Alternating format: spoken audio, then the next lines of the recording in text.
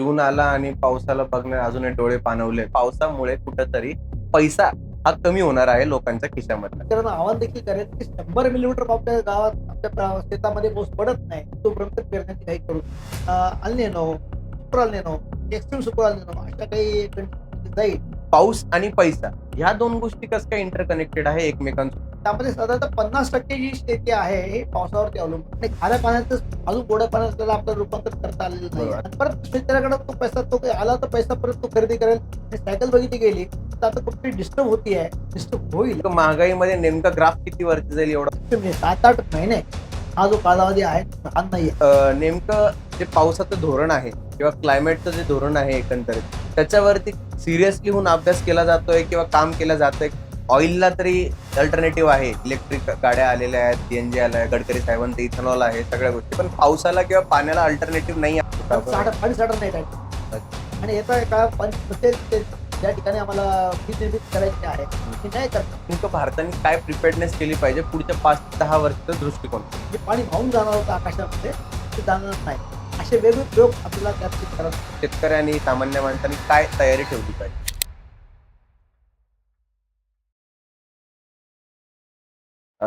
Doctor Aundhkar sir, तुमचं मुद्द्यावर बोट ह्या युट्यूब चॅनलमध्ये खूप खूप स्वागत आहे. एकीकडे युद्धाचा जो आर्थिक फटका आहे तो भारतीयांच्या खिशावरती होतच आहे, तो जाणवतो आहे. पण दुसरीकडे कुठेतरी पाऊस, मान्सून हे सुद्धा यावर्षी कमी होणार आहे, पाऊस कमी पडणार आहे असं सांगितलं जातं. ज्यामुळे पुन्हा अशा चर्चा सुरू झालेल्या आहेत की पावसामुळे कुठेतरी पैसा हा कमी होणार आहे लोकांच्या खिशामधला. तर नेमकं ही जी सिनारिओ क्रिएट झालेला आहे हा काय आहे हे मला समजून घ्यायला आवडेल आजच्या या विशेष पॉडकास्टमध्ये. गेल्या साधारणतः फेब्रुवारीपासून बघितलं गेलं असेल तर युद्ध म्हणजे पश्चिम आशिया देशांमध्ये जे युद्ध सुरू झालेलं आहे आणि जी ऊर्जा किंवा तेल तेल संकट जे आता सध्या भारतावरती आलेलं आहेच आहे त्याचा फटका आपण बघतोय की बऱ्यापैकी सर्व ठिकाणी गॅसची टंचाई असेल, तेलाची टंचाई असेल किंवा आपल्याकडे येणारे जे काही डिझेल असेल, या सगळ्या गोष्टी आपल्याला लक्षात येतं की आपल्याकडे मोठ्या प्रमाणामध्ये तो फटका आर्थिक फटका देशाला बसतो आहेच आहे. आपल्याकडे जे साठे होते वर्षभरातले ते साठे देखील आता कमी कमी होत चालले लक्षात येत आहेत. आणि त्यावेळी सरकार देखील प्रयत्न करत आहे की त्याला कशा पद्धतीने कमी. सरकार देखील आवाहन करते की एकूण तुम्ही त्या ठिकाणी काम केलं की ही जी इंधन किंवा ऊर्जा आपली जी गरज आहे ही कमी कशी करता येईल त्याच्याकरता प्रयत्न कधी करत असलं तर त्याच वेळेस दुसरं संकट जे येत आहे ते आपल्याकडे पावसात दिसत आहे. सहसा आपल्याकडे गेल्या वर्षी बघितलं असेल, गेल्या वर्षी मे पासून आपल्याकडे पाऊस सुरू झाला. हो, मार्च आणि मे लेट पर्यंत म्हणजे ऑक्टोबर, नोव्हेंबर, डिसेंबर पर्यंत पावसाने आपल्या हाजरी सोडलीच नाही. 8 ते 10 महिने पाऊस पाऊस चालला झाला गेल्यावर. आणि त्या सगळ्याच्यामध्ये प्रमाणाच्या बाहेर गेल्यानंतर आपण सुबत्ता जी अनुभवली असेल गेल्या वर्षभरामध्ये आर्थिक जी काही आपण वेग घेतला असेल सगळ्याच्या मध्ये बघितल्यानंतर तो नक्कीच पावसावरती अवलंबून आहे लक्षात येतं. देशातला जे आपण बघितलं गेलं शेती हा एक आपला मुख्य असं धंदा आहे शेतकऱ्यांचा. त्यामध्ये साधारणतः 50% जी शेती आहे हे पावसावरती अवलंबून आहे. बरोबर. आणि जर आगामी काळातला जो काही इंडिकेटर दाखवतो आहे की पाऊसच कमी पडणार असेल तर त्याच्याकरता आतापासून प्रिपेअर्डनेस जो आहे आम्हाला आतापासून सावध काही पावलं उचलावणार आहेत. आणि त्याच्याकरता लक्षात येत आहे त्यामध्ये मान्सून काय इंडिकेट करतोय. आम्ही अभ्यासात जे आहोत खगोल अभ्यास आणि त्याच वेळेस हवामानाचा अध्ययन करताना ते लक्षात असं येत आहे की साधारणतः फेब्रुवारीमध्ये असं आम्हाला इंडिकेटर झालं की पावसाळ्याचा उत्तरार्ध म्हणजे आपल्याकडे जून ते ऑक्टोबर ही 4 महिने जे आहेत हे आपल्याकडे भारतामध्ये मान्सून पाऊस असतो. रेग्युलर पडतो असं बघितलं गेलेलं आहे. ओके. प्री मान्सून असेल, पोस्ट मान्सून असेल या ह्याच्यामध्ये आपल्याला काही पाऊस मिळतो. आणि पण या सगळ्या ह्याच्यामध्ये तो पाऊस मोजला जातो तर जून ते ऑक्टोबर या काळातला पाऊस मोजला जातो. मग सरासरी असते वर्षभरामध्ये किती पाऊस पडला पाहिजे, महिन्यात सरासरी असते असं बघितलं जातं की आपल्याकडे सरासरी पाऊस किती पडतो. आणि ते इंडिकेट करताना देखील यावर्षी सरासरीच्या एवढा पाऊस पडेल असं सरकार देखील IMD कडून जाहीर केलं जातं. सर, पण जून आला आणि पावसाला बघणे अजूनही डोळे पाणवलेत. का लेट नाही हो, होतंय? तोच भाग बघतोय की साधारणतः आम्हाला या जानेवारी फेब्रुवारीमध्ये असे इंडिकेटर मिळत होते की यावर्षी जो गेल्या वर्षी काय होतं की लाल निना ही कंडिशन आमच्या प्रशांत महासागरावर होते. पण पहिले ते समजून घेऊ की अल्निनो, लाल निना, न्यूट्रल काय असते ते हे समजून टर्म्स जे घेऊया. आहेत ते प्लीज. समजून घेऊया. बघितलं आता की पृथ्वी आहे, पृथ्वीच्या वरती जे काही खंड आहे त्यामध्ये अमेरिकेचा उत्तर अमेरिका आणि दक्षिण अमेरिकेचे जी पश्चिम बाजू आहे म्हणजे समुद्र आहे तो प्रशांत महासागर आहे. त्याची व्याप्ती खूप पंत आहे. चीन आहे, रशिया आहे, इकडं जपान आहे, इकडं खाली ऑस्ट्रेलिया, त्याचा पूर्वेकडचा भाग एक मोठा प्रदेश जो आहे भूभाग जो आहे हा समुद्राखाली आहे. समुद्र म्हणजे प्रशांत महासागर असं पॅसिफिक महासागर असं म्हणलं गेलेलं आहे. या ठिकाणी सर्वात जास्त प्रमाणात आज पाणी असलं पाहिजे आणि त्याचं जे विषुववृत्त आहे त्या विषुववृत्ताचं तापमान सातत्याने मोजलं जातं. ओके. ते तापमान काय आहे तर ते तापमान सरासरी एवढं असलं तर ती परिस्थिती न्यूट्रल अशी संबोधली जाते. ओके. परंतु खाली जे काही समुद्रात होणारे जे बदल होत असले पाहिजे, जे काही होणारे जे काही वलय चलन होत असलं पाहिजे, त्यातून बघितलं जातं की त्या तापमानामध्ये सातत्याने कमी किंवा तापमान वाढ असं बघितलं जाते. बरं, सरासरी तापमानापेक्षा जर तापमानामध्ये वाढ झाली, ती किती वाढ झाली? तर 0.5 अंशांनी वाढ झाली, तर ती अल निनो परिस्थिती निर्माण झाली असं म्हटलं जातं. तापमानात वाढ झाली म्हटलं काय होतं की ते बाष्प तयार होते आणि बाष्प आमच्याकडचा पूर्वेकडून पश्चिमेकडून पूर्वेकडे मुवमेंट असताना ही बाष्प आपल्याकडे येते आणि आपल्याकडचं मान्सून डिस्टर्ब करते असं बघितलं गेलेलं आहे. ओके. मान्सून काळात आलं तर आणि त्याच वेळेस हे तापमान जे आहे 0.5 अंशांनी कमी घसरलं खाली तर ती लहान परिस्थिती निर्माण होते असं म्हणलं गेलेलं आहे. ओके. आणि गेल्या वर्षभरात आपण लहान परिस्थिती अनुभवली आणि भरपूर पाऊस घेतला हे देखील बघितलं गेलेलं आहे. हो, मागच्या वर्षी कमीत कमी 8 ते 10 महिने पाऊस पाऊस घेतला होताच. आपण. हो. तर त्याच वेळेस बघितलं गेलं असं की आता जे आहे हे फेब्रुवारीमध्ये असं इंडिकेटर होतं की आमच्याकडचा जो पाऊस आहे हा सेकंड फेज जे आहे म्हणजे ऑगस्ट सप्टेंबर ऑक्टोबरच्या फेजमध्ये जे आहे एल निनो येतोय असं इंडिकेटर होतं. ओके. पण सुरुवातीच होतं जून, जुलै आणि ऑगस्टचा काही पहिला भाग जो आहे हा भरपूर पाऊस देऊन जाईल असं इंडिकेटर आम्हाला मिळाले पहिले मिळालं होतं. साधारणतः फेब्रुवारीमध्ये. ओके. परंतु जसं जसं पुढे कालावधी होत होता एप्रिलमध्ये असं जाणवलं की हे तापमानामध्ये काही जे खूप बदल होत आहेत. यावरती काम करणारं जे नोवा जी संस्था जी आहे जसं नासा अंतराळात काम करते, नोवा समुद्रावरती काम करते. अमेरिकन सिस्टम ग्लोबल आहे आणि त्याचे जवळजवळ 17 संस्था ज्या आहेत एकत्रित काम करताना लक्षात येत होतं की यामध्ये यावर्षी कदाचित मे पासूनच अल निनोचा फटका सुरू होईल. ओके. जो आम्हाला सप्टेंबरपासून येणार होता तो आता आम्हाला मे मधून सुरू होतोय हे इंडिकेटर द्या सुरुवात केली. अच्छा. पण तो मे मध्ये सुरू होताना पुढचा जो काळ आहे या पुढच्या काळामध्ये तापमानामध्ये अधिकच वाढ होईल आणि त्या अधिक वाढ ह्याच्यामध्ये अल निनो, सुपर अल निनो, एक्स्ट्रीम सुपर अल निनो अशा काही कंडिशन मध्ये जाईल असे ते इंडिकेटर दाखवत आहे. तापमानामध्ये सातत्याने वाढ होत गेली तर ती त्या ठिकाणी आपल्याकडं एक्स्ट्रीम टेम्परेचर राईज होईल त्या भागात असं म्हटलं गेलेलं आहे आणि ते तापमान इंडिकेटर आम्हाला पुढच्या टप्प्यातल्या काही जे येणारा पावसाचा काळ जो आहे हा आम्हाला धोकादायक म्हणजे कमी पावसाचे दिसत आहेत असं ते इंडिकेटर दिसत आहे. पण त्यात होतं काय अजून एक फॅक्टर आपल्या भारतीय पावसा मान्सूनवरती अवलंबून राहतो आणि तो आहे आमचे इंडियन ओशन इंडेक्स, भारतीय सामुद्रिक स्थिरांक जे म्हटलं गेलेलं आहे.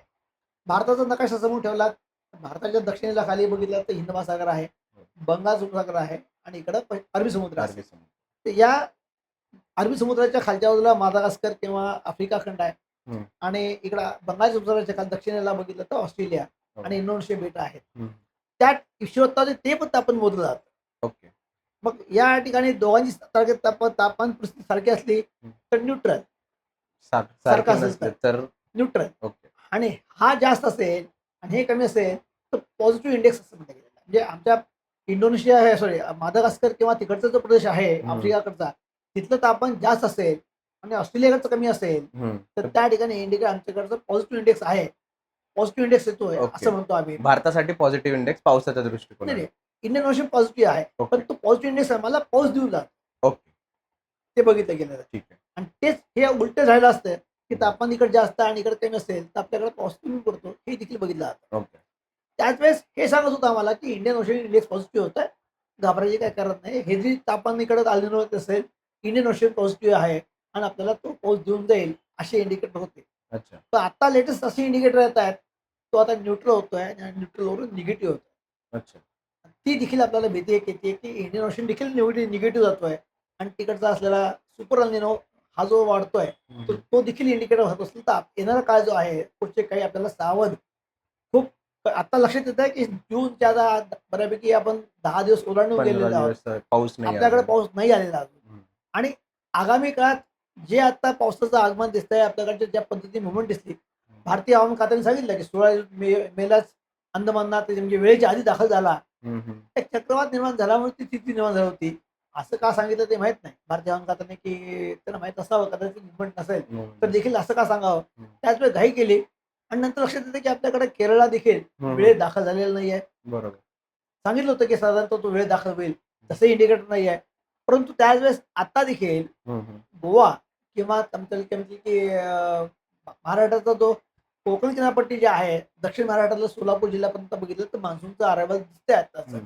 पण त्यात काही खूप प्रगती दिसत नाहीये. हं. आणि तो चक्रवात जो आहे हा वीक होतोय. आणि पुढं मुव्हमेंट जी आम्हाला अपेक्षित आहे, ही अपेक्षित असल्यामुळं जोपर्यंत मी शेतकऱ्यांना आवाहन देखील करेन, की 100 मिलीमीटर आपल्या गावात आपल्या शेतामध्ये पाऊस पडत नाही, किमान हं.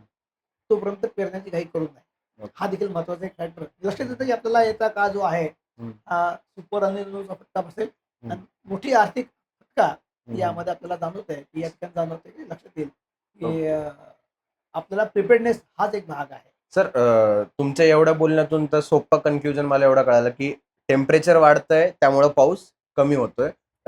पण दुसरीकडे पाऊस आणि पैसा ह्या 2 गोष्टी कसं काय इंटरकनेक्टेड आहे एकमेकांसोबत? मला हे पुढच्या टप्प्यामध्ये ते समजून बघा घ्यायचं ना, आहे. सुबत्ता किंवा ही मुख्य पीक पद्धती बघितली गेली, तर पीक पद्धती त्याच्यावरती अवलंबून आहे. पाऊस मिळाला पाहिजे त्याला. हं.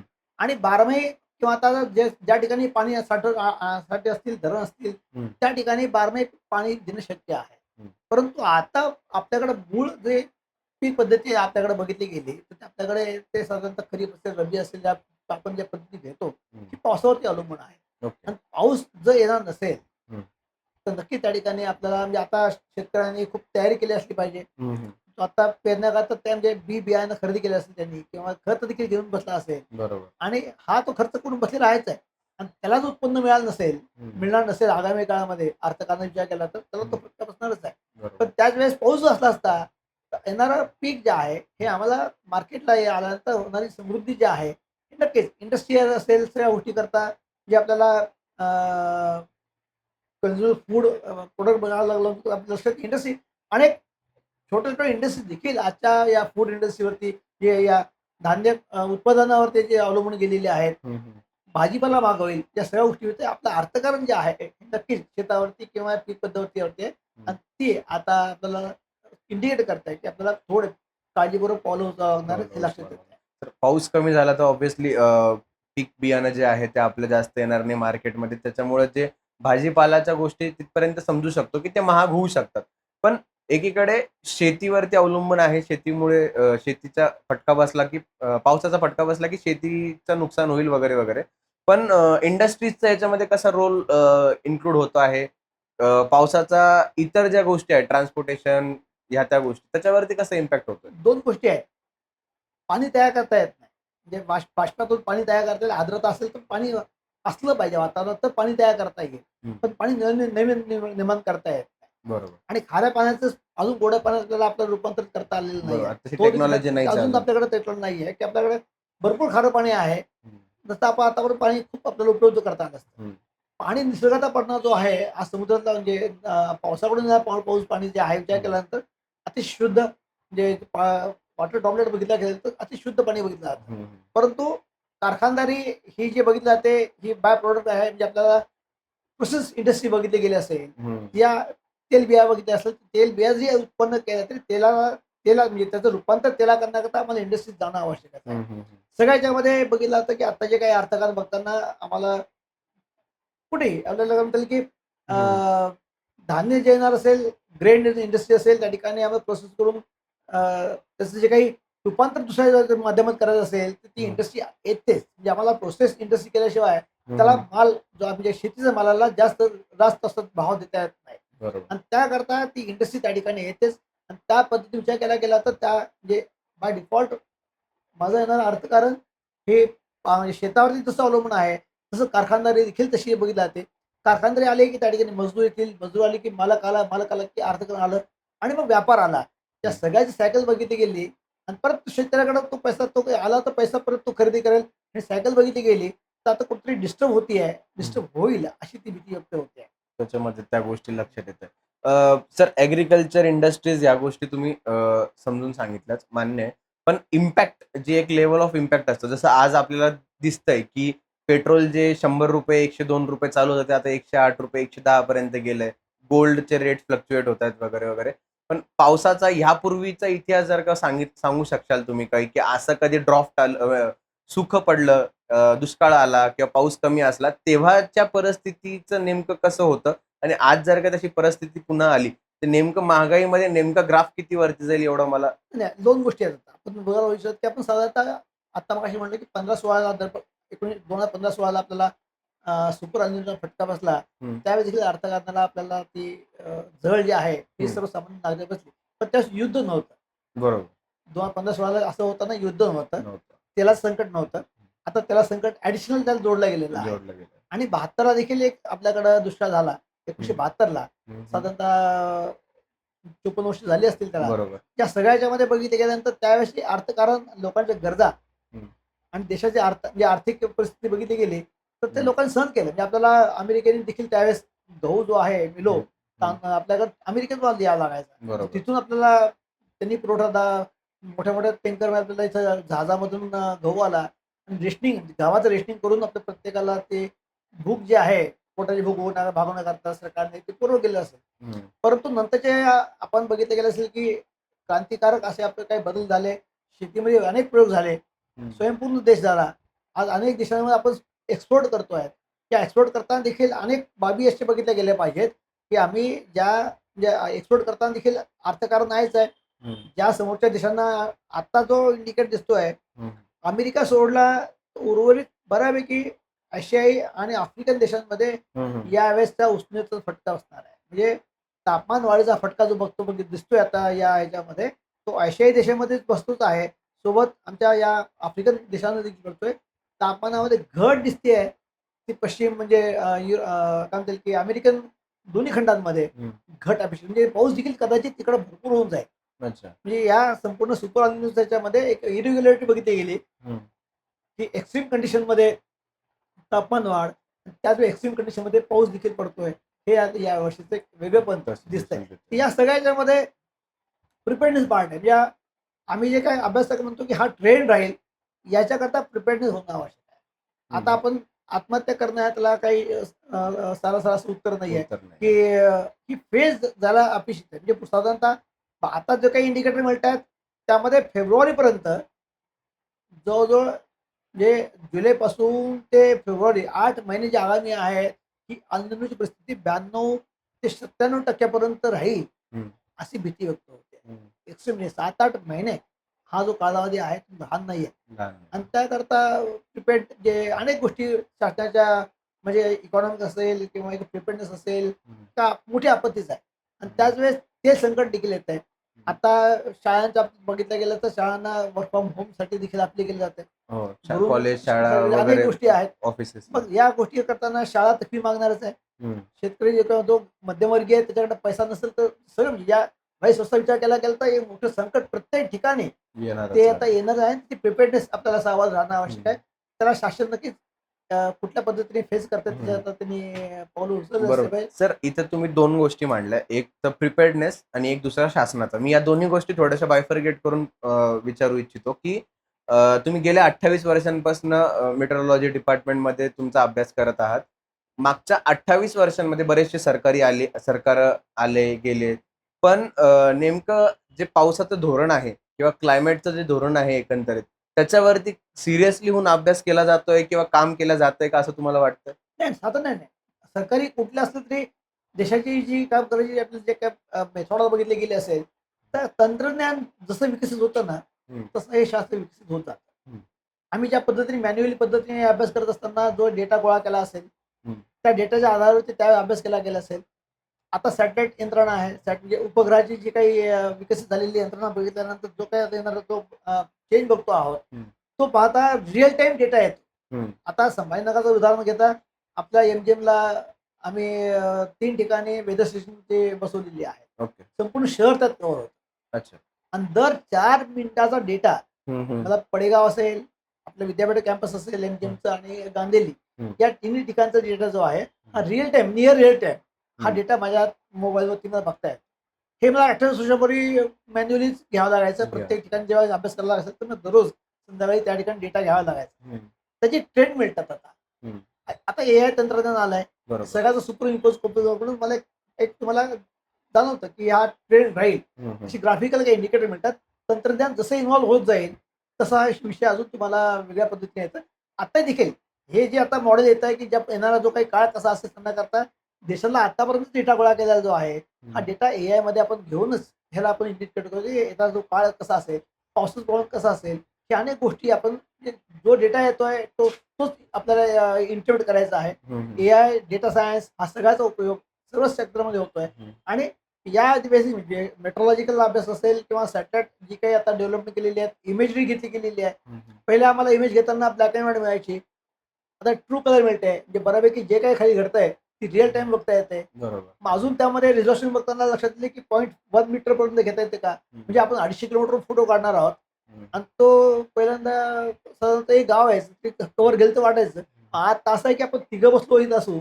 तिघांच्या डोक्यावरती काय केस किती आहेत ती देखील फोटो काढण्याचे तंत्रज्ञान आता विकसित झालेलं आहे. बरोबर. त्या ठिकाणी रिझॉल्युशन चांगलं मिळत आहे. त्यामुळे बारकावे जे घ्यायचे आहेत, जे तंत्रज्ञान घ्यायचं आहे त्याच्याकरता देश पातळीवर देखील निर्णय घेतला जातात. डॉक्टर रडार आपल्याकडे पहिले नव्हती. आता येणारा पावसाचं ट्रेंड असेल, चक्रीवादळ येणार असेल, अनेक आधी बघितले गेले की अनेक हानी व्हायची. आर्थिक हानी तर होईल, पण जीवित हानी व्हायची. आता अलीकडच्या काळामध्ये ते बरंचसं आपण तेवढं कमी कमी करण्यामध्ये यशस्वी ठरलेलो आहोत. नक्कीच सरकारचा काही संबंध नाही. नाही, मला हे परंतु कळालं असं की म्हणेन की तंत्रज्ञान जसं विकसित होतं, सरकार डिसिजन घेतलं जातं त्यातनं आपलं ते विकसित पुढे व्हावं लागतं. ओके. नाही, मला तेच विचारायचं होतं की अभ्यास करतोय, तंत्रज्ञान वापरतोय, ट्रेंड्स गोळा करतोय, डेटा गोळा करतोय, पण त्याच्यावर वर्क होतंय का? नाही, नक्कीच, नक्की घेणं डिसिजन मेकिंग आता लक्षात येतं की आपत्तीला आणि अनेक विभाग जोडले जातात. आपत्ती व्यवस्थापन विभाग असतो. आता लक्षात येईल की तुम्हाला आपण 2004ला मिठी नदी म्हणजे मुंबईची आपण अनुभवले की मोठी आपत्ती होती. पण त्यानंतर 2-3 वेळा घटना घडल्यानंतर आपण बऱ्यापैकी प्रिपेअरनेस होतो. आपल्या आधी इंडिकेटर होते, असं ट्रेंड मिळतो. म्हणजे आताच माझ्याकडे होतो की माझ्या मोबाईलवर देखील पाऊस झाला समजा, किती वेळाने पाऊस पडतोय हे रिअल टाइम दाखवत असते मला. बरोबर. पण त्याकरता आगामी 8 दिवस कसे आहेत हे देखील मला दाखवतं. माध्यमांवरती मी वाचतो म्हणजे मी थोडीच असं देव आहे की मला सांगता मी कुठेतरी डेटा घेत असेल आणि त्याच्यावरून मी इंटरप्रेट करत असले पाहिजे. आणि नक्कीच आता सहज उपलब्ध आहे. तो पूर्वी उपलब्ध होत नव्हता. आज तुम्ही नेटवर जा, IMDच्या साईटवर जा, संपूर्ण आपल्या महाराष्ट्राला कुठल्या जिल्ह्यांमध्ये किती पाऊस पडला असेल, काय ट्रेंड चालू आहे, हे रिअल टाइम तुम्हाला बघता येईल. आणि ती आज म्हणजे 28 वर्षापूर्वी इंटरनेट एवढं फास्ट नव्हतं, जे आज आपल्याला सहजपणे उपलब्ध आहे. अशा अनेक गोष्टी आहेत की आपण त्याचा उपयोग कसा करायचा आहे आणि शास्त्र कसं सोपं करायचं आहे हे बघितलं गेलं पाहिजे. सरकारचा रोल तर आला लक्षात आता इथपर्यंत. प्रिपेअर्डनेस जे तुम्ही म्हणता, एक सामान्य माणूस म्हणून मी किंवा शेतकरी, विशेषतः शेतकरीच याच्यामध्ये आपण उल्लेखू, यांनी नेमकं काय प्रिपेअर्डनेस केला पाहिजे, या गोष्टीला कशी तयारी केली पाहिजे? कारण की ऑइलला तरी अल्टरनेटिव्ह आहे, इलेक्ट्रिक गाड्या आलेल्या आहेत, CNG आल्या आहे, गडकरी साहेबांचं इथेनॉल आहे, सगळ्या गोष्टी. पण पावसाला किंवा पाण्याला अल्टरनेटिव्ह नाही असं माझ्या तरी नॉलेजमध्ये आहे. पण अशा कंडिशन्समध्ये नेमकं मग शेतकऱ्यांनी, सामान्य माणसांनी काय तयारी ठेवली पाहिजे? 2 गोष्टी आहेत. प्रिपेअर्डनेस म्हणजे काय? अनावश्यक आपल्या गोष्टी टाळता येतील. ओके. एक आहे. आणि त्यामध्ये जे काही माझ्याकडं एक हिशोब असेल माझा साधारणतः एवढा मी संध्याकाळी 8 जो काही माझी ऊर्जेची साधनं जी आहेत, ही मला कमी कशी करता येतील. माझा होणारा प्रवास जो आहे मी आव्हान केलंय सरकारने की पायी चालून करेल का? नो व्हेइकल किंवा आपलं सायकलवर चालेल का? अशा अनेक गोष्टी आहेत आपल्याला की माझ्या आसपास घडणाऱ्या घटनाशी निगडीत तो प्रिपेअर्डनेस भाग जो आहे हा मला करणं भागच पडेल. आणि दुसरा असा बघितला तर की जर समजा विजेची माझी गरज एवढी आहे, आता अनेक ठिकाणी सोलर देखील बसवले गेलेले आहेत. त्या बाबतीमध्ये स्वयंपूर्ण होण्याकरता आपण प्रयत्न करत आहोत. परंतु धरणामध्ये पण नसेल, तर जलविद्युत केंद्र देखील जे आहेत ही काम करणार नाहीत. म्हणजे कोयन्याला बघितलं आता असेल, कोयना धरण जे आहे त्या ठिकाणी यावर्षी पहिल्यांदा त्या ठिकाणी वीज निर्मिती बंद केली गेलेली आहे. कारण पाणी साठा नाही त्या ठिकाणी. अच्छा. आणि येत्या काळात पाणी नसेल तर ते ज्या ठिकाणी आम्हाला वीज निर्मिती करायची आहे ती नाही करता येणार. पॉसिबल नाही. असं जर गोष्टी असेल तर भागच पडेल. आणि दुसरा असा बघितला तर की जर समजा विजेची माझी गरज एवढी आहे, आता अनेक ठिकाणी सोलर देखील बसवले गेलेले आहेत. त्या बाबतीमध्ये स्वयंपूर्ण होण्याकरता आपण प्रयत्न करत आहोत.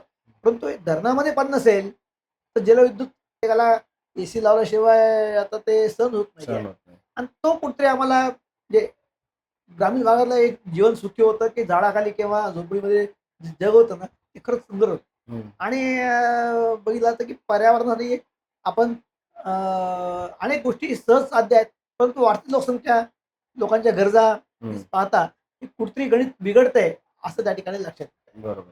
सर, म्हणजे आता मी शेवटचा प्रश्न याला जोडून असाच घेतो, की पुढचे काही काळ युद्ध चालू राहील का? मला वाटतं हो. त्याच्यामध्ये काही शंका नाही.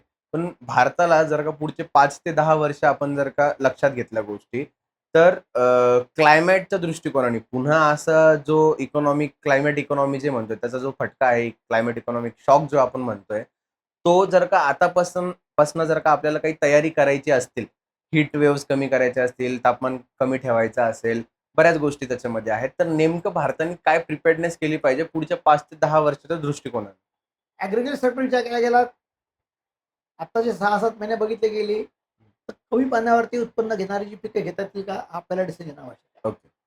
कमी पाण्यावरती म्हणजे काय, की असे अनेक आपल्याला शेतीमध्ये प्रयोग करता येतात किंवा आता बघितलं की मशलिंग नावाचा प्रकार असतो. आपण कधी जात असतो तर त्या ठिकाणी प्लास्टिकचं कव्हर, त्याला कव्हर घालून ते जे आहे पिकाला आपण त्या ठिकाणी सऱ्या मारल्या असतात. त्या सऱ्यावरती ते मशलिंग पेपर प्लास्टिक कव्हर त्यात टाकलं जातं. हं, हं.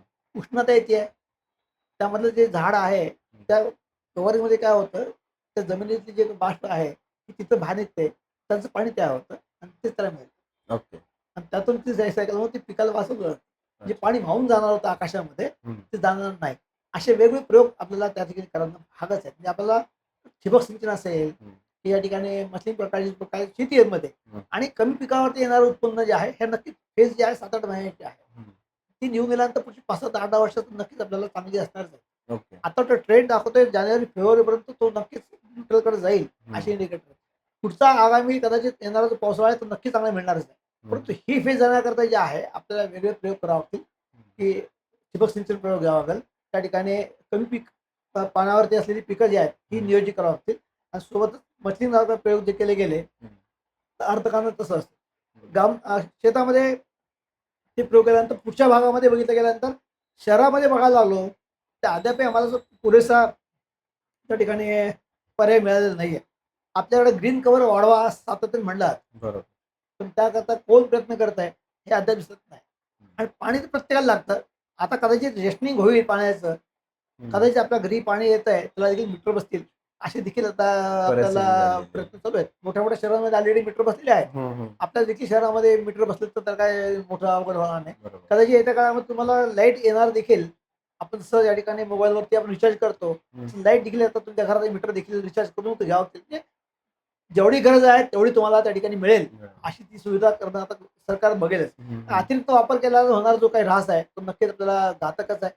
आणि त्याच वेळेस आगामी काळ विचार केला गेला तर आर्थिकदृष्ट्या आपली जी 140 कोटी जी जनसंख्या म्हणली गेलेली आहे ती ताकदच आहे आपल्याला. आपण जगावरती वेगळ्या पद्धतीने सुपरइम्पोज करताना तंत्रज्ञान आपण विकसित करतोय. एआय मध्ये देखील आपल्याला तो चान्स मिळेल.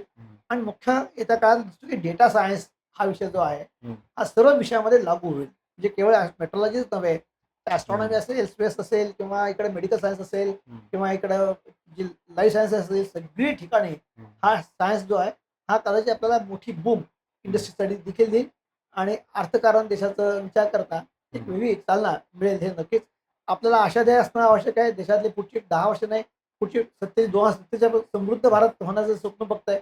नक्की आपण त्याच्यात पाऊल टाकणं. आता माझे पाऊल काय पुढे असलं पाहिजे, मी देशाला काय देऊ शकतो हे आपण हे लक्षात घेतलं पाहिजे. माझ्या घरात सांगता येईल गेल्या 28 वर्षापासून घरात कॅरी बॅग आलेली नाही. तेवढं मी सांभाळलेलं आहे. माझ्या मुलांना, माझ्या परिवाराला माहीतच नाही कॅरी बॅग काय असते. मी माझं पाळलं. मी पर्यावरणाकरता काय दिलं असेल तर घरात कॅरी बॅग न देणं हे मी पाळलंय. सगळ्याच नागरिकांनी पाळलं तर आज जो काही कचरा दिसतोय तो नक्की दिसला नसता. बरोबर. मग देशाकरता काय देऊ शकतो मी? मी एवढं देऊ शकतो की मी तेवढेच पाळतोय. मी स्वतः बंधनं आणतोय. नाही मला वापरायच नाहीत. ही बंधनं घेतलं तर देशाकरता देखील आपण तुम्ही एमजीएम कॅम्पसमध्ये होतात. कॅम्पस नक्कीच स्वच्छ दिसला असेल. बरोबर. प्रत्येकाने स्वच्छ ठेवून झालेलं आहे. हे देखील बघतोय आपण. Right, right. नक्कीच सर. म्हणजे तुम्ही इन जनरल झाडे वाचवा, झाडं वाचवा, पाणी वाचवा एवढ्या गोष्टी न सांगता तंत्रज्ञान विकसितीकरण, त्यानंतर जे रिन्युएबल रिसोर्सेस वापरू शकतो आपण किंवा एकंदरीत काय गोष्टी मांडता येईल, ह्या सगळ्या गोष्टी तुम्ही खूप चांगल्या पद्धतीने सांगितलं आणि ते खरंच काहीतरी आउट ऑफ द बॉक्सचं नॉलेज आज मला तरी या पॉडकास्टच्या माध्यमातून भेटलं. त्यामुळं मी खरंच तुम्हाला म्हणेल की तुम्ही हे जे क्लायमेट इकॉनॉमी आहे, या बऱ्याच गोष्टी तुम्ही चांगल्या पद्धतीने सांगितल्या आणि समजावल्या आणि पुन्हा एकदा तुमचं पॉडकास्ट चॅनलवरती आल्याबद्दल खूप खूप धन्यवाद सर. आपण ह्याही पुढं असे काही क्लायमेट इकॉनॉमीचे विषय असतील किंवा एकंदरीत क्लायमेट एन्व्हायरमेंटचे काही इश्यू असतील, तर नक्कीच तुमच्यासोबत पुन्हा कनेक्ट करूयात. तसंच मी ऑडियन्सलाही विनंती करतो, की तुम्ही जर का पॉडकास्ट शेवटपर्यंत बघितला त्याच्यासाठी धन्यवाद आणि काही प्रश्न असतील, तर नक्की तुम्ही कमेंट बॉक्समध्ये विचारू शकता. डॉक्टर औंधकर सर आपल्याला त्याबद्दलही मार्गदर्शन करतील आणि अशाच नवनवीन पॉडकास्टसाठी मुद्द्यावर बोट ह्या चॅनलला सबस्क्राईब करा, बेल आयकॉन दाबा आणि जास्तीत जास्त शेअर करा. धन्यवाद. जय महाराष्ट्र.